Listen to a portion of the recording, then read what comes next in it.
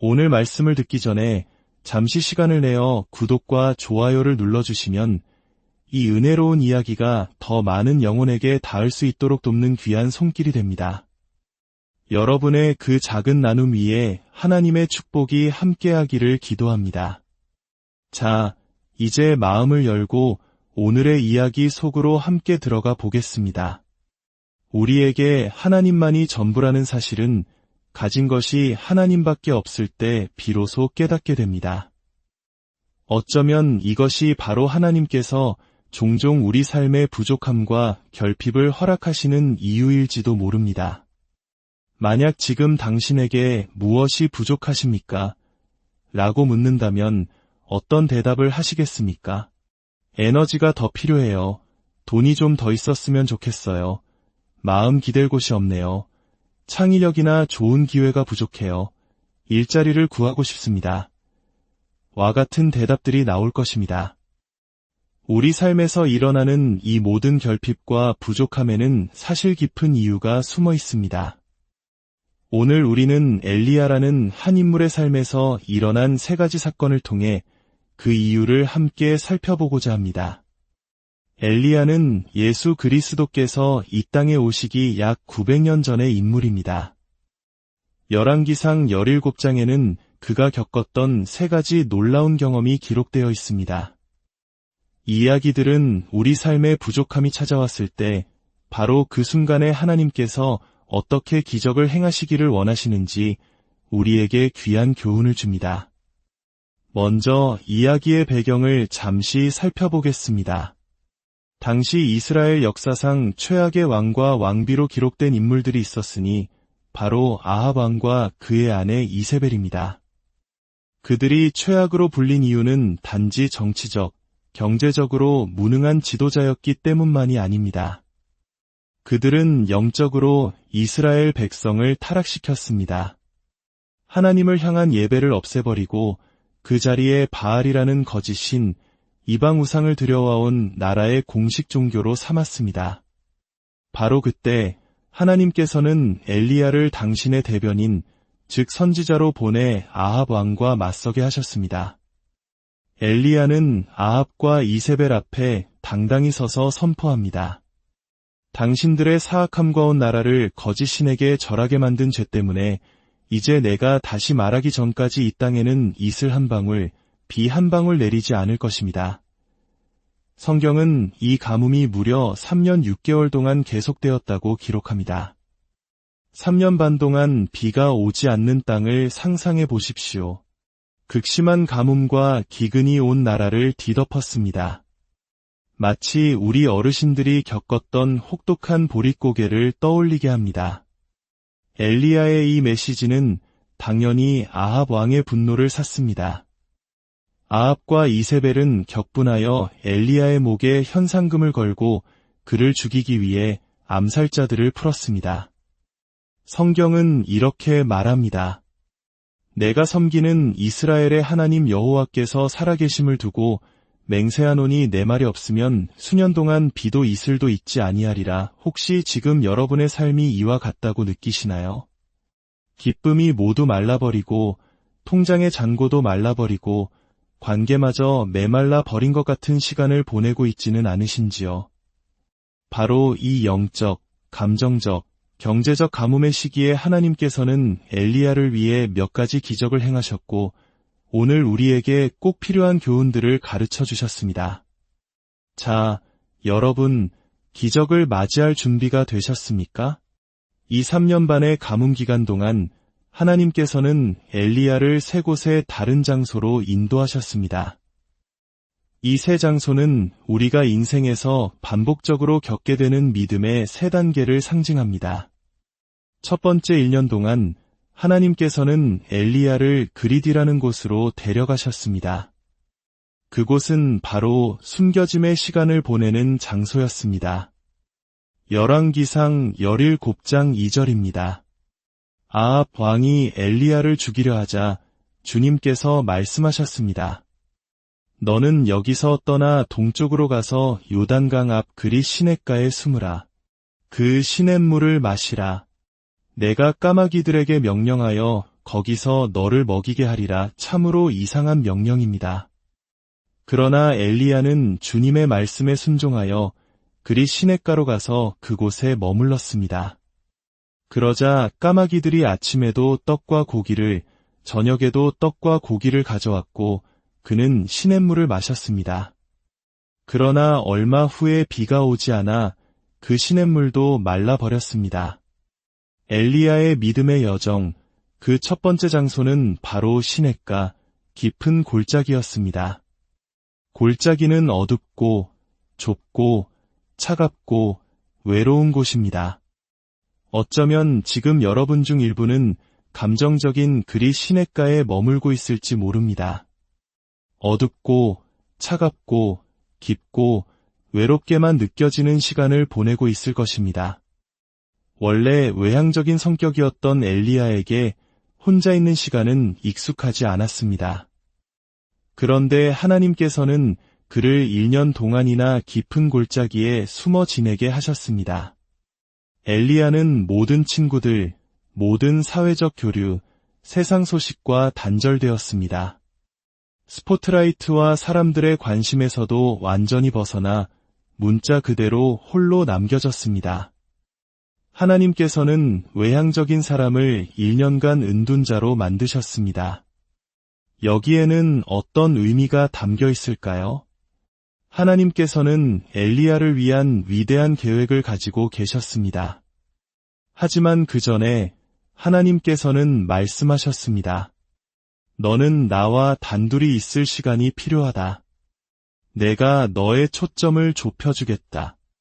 너는 오직 나에게만 집중해야 한다. 너의 내면을 깊이 성찰하고 다른 누구도 없이 오직 나와만 함께하는 시간을 가져야 한다. 엘리야가 이 깊은 골짜기에서 지내는 동안 하나님께서는 초자연적인 방법으로 그를 먹이셨습니다. 까마귀들이 음식을 물어다 골짜기 위에서 떨어뜨려 주었습니다. 사실 까마귀가 물어다 주는 음식이 그리 훌륭한 식사는 아니었을 겁니다. 하지만 중요한 것은 그의 유일한 공급원이 오직 하나님이었다는 사실입니다. 그곳에는 음식이 없었기에 까마귀들이 가져다 주어야만 했습니다. 그리고 하나님께서 예비하신 시냇물에서 물을 마셨습니다. 그의 모든 필요는 오직 하나님으로부터 채워졌습니다. 기억하십시오. 가진 것이 하나님밖에 없을 때 비로소 하나님만이 전부라는 사실을 깨닫게 됩니다. 그런데 17장 7절에서 충격적인 사건이 일어납니다. 그 시냇물이 말라버렸다. 이것은 우리 인생에서 매우 중요한 원리입니다. 우리 삶의 시냇물은 여러 번 마르게 될 것입니다. 지금 이 순간 여러분 중 일부는 삶의 시냇물이 말라버린 상황에 처해 있을지도 모릅니다. 돈줄이 마르고 의지했던 친구가 떠나고 지지해주던 사람들이 사라지고 에너지가 고갈되고 건강이 나빠졌을 때 우리는 어떻게 해야 할까요? 시냇물이 마를 때 기억해야 할 3가지가 있습니다. 첫째, 시냇물이 마르는 이유는 내가 그 시냇물 자체에 의존하는 것을 막기 위함입니다. 하나님이 아닌 하나님이 주신 것에 의존하지 않게 하시려는 것입니다. 엘리야가 1년 동안 골짜기에 머물면서 그는 까마귀와 시냇물이 자신의 필요를 채워주었기에 자칫 하나님을 잊고 그것들에만 집중하기 쉬웠을 것입니다. 우리도 마찬가지입니다. 직장이 나의 안전을 보장해준다고 믿으면 하나님은 그 직장을 흔드실 수 있습니다. 건강을 의지하면 건강에 문제가 생길 수 있습니다. 어떤 친구를 하나님보다 더 의지한다면 그 관계가 멀어질 수도 있습니다. 하나님께서는 말씀하십니다. 너는 오직 나만을 신뢰해야 한다. 나보다 앞세우는 모든 것은 우상이다. 둘째, 시냇물이 마르는 이유는 나를 더 좋은 곳으로 옮기시기 위함입니다. 하나님께서는 엘리야가 평생 그 어두운 골짜기에서 살기를 원하지 않으셨습니다. 그곳은 단지 1년간의 성찰을 위한 임시 피난처였을 뿐입니다. 하나님은 여러분이 지금 처한 어려움 속에 평생 머물기를 원하지 않으십니다. 때로 하나님께서는 우리를 움직이게 하시기 위해 우리 삶의 어떤 것들을 마르게 하십니다. 직장을 잃은 것이 인생 최고의 기회가 될 수도 있습니다. 나쁘다고 생각했던 일이 결국에는 선한 결과로 이어진 경험, 다들 한 번쯤은 있지 않으신가요? 셋째, 시냇물이 마르는 이유는 하나님께서 나를 잊지 않으셨음을 증명하기 위함입니다. 만약 하나님께서 엘리야에게 관심이 없으셨다면 그를 골짜기에 그대로 내버려 두셨을 겁니다. 하지만 하나님은 엘리야를 사랑하셨고 그에게 더 좋은 것을 주시기 위해 시냇물을 마르게 하셨습니다. 삶이 힘들어질 때 우리는 종종 하나님이 나를 잊으셨다고 생각하지만 정반대입니다. 그것은 하나님께서 당신에게 지극한 관심을 쏟고 계시다는 증거이며 당신을 새로운 곳으로 옮기기 원하신다는 신호입니다. 이것이 우리를 두 번째 장소로 이끕니다. 첫 번째 장소가 깊은 골짜기였다면 두 번째 장소는 길 위입니다. 엘리야의 믿음의 두 번째 시험은 바로 위험한 여정이었습니다. 저는 이 시기를 불안정의 시간이라고 부르고 싶습니다. 열왕기상 17장 8절과 9절입니다. 여호와의 말씀이 엘리야에게 임하여 이르시되 너는 일어나 시돈에 속한 사르밧으로 가서 거기 머물라. 내가 그곳 과부에게 명령하여 내게 음식을 주게 하였느니라. 하나님께서는 일어나 가라고 명령하셨고 그곳에 과부를 준비해 두셨다고 말씀하십니다. 하나님께서는 그를 위해 미리 준비하고 계셨습니다. 하지만 이 여정에는 몇 가지 심각한 문제가 있었습니다. 첫째, 거리는 160km가 넘는 먼 길이었습니다. 걸어서 며칠이 걸리는 여정이었고 그는 현상수배 범이었습니다.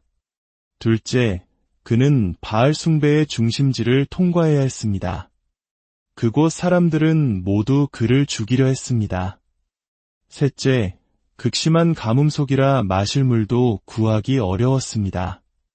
더군다나 사르밧은 이방 땅이었고 놀랍게도 그곳은 바로 엘리야를 죽이려 하는 왕비 이세벨의 고향이었습니다. 엘리야는 생각했을 겁니다. 하나님, 저를 이세벨의 고향으로 보내신다고요? 그곳은 그녀의 친구들로 가득할 텐데 저는 독 안에 든 쥐 신세가 될 겁니다. 게다가 하나님께서는 그를 돌볼 사람으로 가난한 과부를 예비하셨다고 합니다. 그를 보호하거나 먹이기는커녕 자기 한 몸 건사하기도 힘든 사람입니다. 상황은 점점 더 나빠지는 것 같았습니다. 인생의 여정 위에서 두려움에 휩싸일 때 우리는 어떻게 해야 할까요? 엘리야가 했던 세 가지를 기억해야 합니다. 첫째, 기적으로 가는 길은 항상 불편한 영토를 통과합니다. 지금 재정적으로, 관계적으로, 육체적으로 조금 불편하고 불안한 상황에 계십니까? 축하드립니다. 당신은 지금 기적으로 가는 길 위에 서 있습니다. 둘째, 기적의 근원은 항상 예상치 못한 곳에서 옵니다. 하나님께서 그렇게 하시는 이유는 오직 하나님만이 영광을 받으시기 위함입니다. 우리는 하나님의 방법을 다 이해할 수 없습니다. 그러니 애써 알아내려고 하지 마십시오. 당신이 생각하는 방법이 아닌 하나님의 방법이 최선입니다. 이사야서 55장에서 하나님은 말씀하십니다. 내 생각은 너희의 생각과 다르며 내 길은 너희의 길과 다름이니라. 셋째, 기적의 패턴은 항상 명령, 약속, 순종입니다. 하나님께서 기적을 행하실 때는 언제나 이 패턴을 따르십니다. 먼저 하나님께서 당신에게 무언가를 하라고 명령하십니다. 그리고 만약 당신이 그대로 행하면 어떻게 해주시겠다는 약속을 주십니다. 그러면 당신은 믿음으로 발을 내딛는 순종의 위험을 감수해야 합니다. 이건 말이 안 돼. 이럴 형편이 아니야 라고 생각될지라도 하나님의 명령과 약속을 믿고 순종할 때 비로소 기적이 일어납니다. 이제 우리는 엘리야의 믿음의 여정, 세 번째 장소에 도착했습니다. 깊은 골짜기와 위험한 길을 지나 그는 마침내 사르밧에 도착했습니다. 이곳은 결핍의 시간을 보내는 장소였습니다. 성문에 이르렀을 때 엘리야는 한 과부가 나뭇가지를 줍고 있는 것을 보았습니다. 그는 그녀에게 물 한 그릇과 빵 한 조각을 가져다 달라고 부탁했습니다. 그가 그렇게 할 수 있었던 이유는 하나님의 명령, 약속, 순종 패턴을 믿었기 때문입니다. 그러자 여인이 대답했습니다. 당신의 하나님 여호와께서 살아계심을 두고 맹세하노니 나는 떡이 없고 다만 통에 가루 한 움큼과 병에 기름 조금뿐이라. 내가 나뭇가지 둘을 주워다가 나와 내 아들을 위하여 음식을 만들어 먹고 그 후에는 죽으리라. 엘리야는 생각했을 겁니다. 하나님, 저를 이런 여인에게 보내셨습니까? 자신의 가족을 먹일 음식조차 없는 마지막 한 끼만 남은 여인에게 음식을 달라고 하라니요. 이것은 비논리적인 시험이었습니다. 하나님을 믿을 것인가 아니면 자신의 판단을 믿을 것인가 하는 시험이었습니다. 엘리야가 말했습니다. 두려워하지 말고 가서 내 말대로 하려니와 먼저 그것으로 나를 위하여 작은 떡 한 개를 만들어 내게로 가져오고 그 후에 너와 내 아들을 위하여 만들라. 이스라엘의 하나님 여호와의 말씀이 여호와가 비를 지면에 내리는 날까지 그 통의 가루가 떨어지지 아니하고 그 병의 기름이 없어지지 아니하리라 하셨느니라. 엘리야는 그녀에게 기적을 경험할 기회를 주고 있었습니다. 불가능해 보이는 명령을 주고 놀라운 약속을 전하며 그녀의 믿음의 순종을 요구한 것입니다. 놀랍게도 과부는 엘리야가 말한 대로 행했습니다. 그러자 그녀와 그녀의 아들, 그리고 엘리야는 매일 먹을 것이 충분했습니다. 하나님의 약속대로 가뭄이 끝나는 날까지 가루통과 기름병은 결코 비지 않았습니다. 세 번째 장소인 사르밧, 히브리어로 이 단어는 재련소를 의미합니다. 하나님께서는 엘리야와 과부의 믿음을 정련하고 계셨습니다. 재련소는 열과 압력을 가해 원석을 정제하고 유용한 형태로 만드는 곳입니다. 지금 여러분 중 일부는 인생의 재련소에 있을 것입니다. 삶의 열기와 압박이 당신의 동기를 정화하고 당신을 하나님의 귀한 도구로 빚어가고 있는 것입니다. 재련소는 깊은 골짜기와 정반대입니다. 골짜기가 차갑고 어두운 곳이었다면 재련소는 뜨거운 곳입니다. 돈은 어디서 구하지? 시간은, 에너지는, 건강은 하는 압박이 계속됩니다. 자원이 모두 고갈되었을 때 우리가 기억해야 할 세 가지 원리가 있습니다. 첫째, 더 많이 필요한 것이 있다면 내가 가진 것을 먼저 하나님께 드려야 합니다. 과부는 더 많은 가루와 기름이 필요했습니다. 그래서 그녀는 자신이 가진 마지막 가루와 기름을 하나님께 드렸습니다. 나는 너무 가난해서 나눌 수 없어 라는 생각은 잘못된 것입니다. 당신은 언제나 나눌 수 있습니다. 그것이 당신의 믿음을 성장시키기 때문입니다. 둘째, 내가 가장 적게 가진 것을 하나님께 드려야 합니다. 이것이야말로 진정한 믿음의 시험입니다.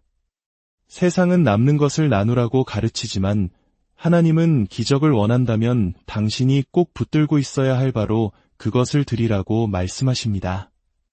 셋째, 복을 받기 위해 드리는 것이 아니라 복이 되기 위해 드려야 합니다. 내가 관대한 사람이 되면 하나님께서 복을 주실까요? 물론입니다. 성경에는 나눔에 대한 약속이 그 어떤 것보다 많습니다. 하지만 그것이 우리의 동기가 되어서는 안 됩니다. 우리는 축복의 통로가 되기 위해 나눕니다. 지금 당신은 이 세 장소 중 어디에 있습니까? 어둡고 외로운 골짜기인가요? 두렵고 불안한 길 위인가요? 아니면 뜨거운 압박이 있는 재련소인가요? 어디에 있든 이것을 기억하십시오. 첫째, 하나님만이 나의 모든 필요입니다. 오직 하나님께만 가까이 나아가십시오. 둘째, 하나님께서 인도하시는 곳에 하나님께서 공급하십니다. 셋째, 하루하루 한 걸음 한 걸음 하나님을 신뢰해야 합니다. 넷째, 하나님의 약속은 나의 순종에 달려 있습니다. 왜냐하면 성경은 이렇게 약속하기 때문입니다. 나의 하나님이 그리스도 예수 안에서 영광 가운데 그 풍성한 대로 너희 모든 쓸 것을 채우시리라. 하나님은 당신의 모든 필요를 채우시겠다고 약속하셨습니다. 이 약속을 믿으십니까? 함께 기도하겠습니다.